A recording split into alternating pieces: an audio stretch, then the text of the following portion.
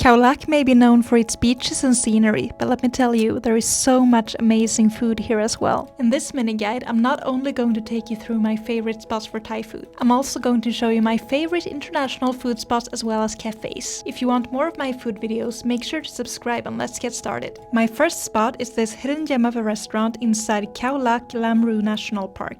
This is actually my favorite restaurant from the whole trip because I enjoyed spending my time there so much. The views were stunning and the atmosphere was so peaceful and quiet. There is a small admission fee to get in here, but it is well worth the money and I highly recommend it with all my heart.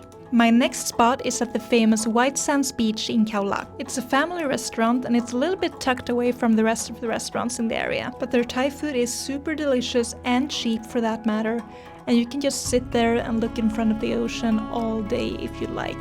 My favorite part of the meal was actually the dessert. I got these banana pancakes, which I still remember to this day. I highly recommend trying them out. Overall, I'm just in love with the vibe of this place and the staff was super nice as well. I mean, it is really hard to beat sitting in front of the ocean eating pancakes like this. It is one of my top moments from the trip, really.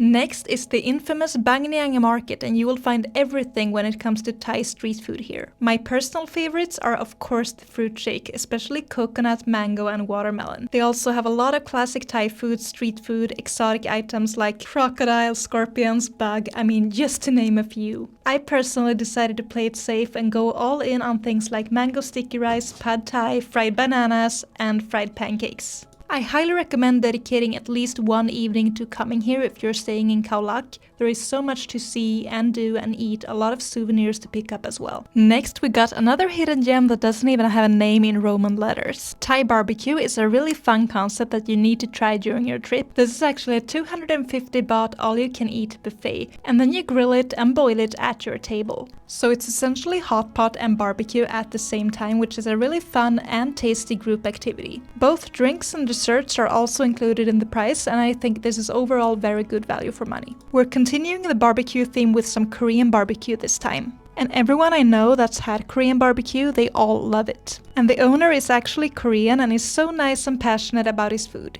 I highly recommend trying both Korean barbecue and kimchi stew.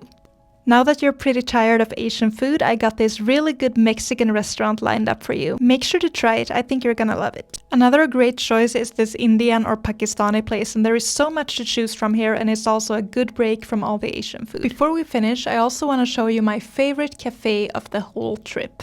Now this is a little bit tucked away in the woods and you'll probably need a taxi to get here, but I think it's well worth it. It's at the top of a hill and you get the most stunning ocean views when you sit here. The interior design is super sleek, very aesthetic. This is probably the most aesthetic place in all of Khao Lak. They are mostly focused on creative tea beverages here, but they have a lot more on their menu as well.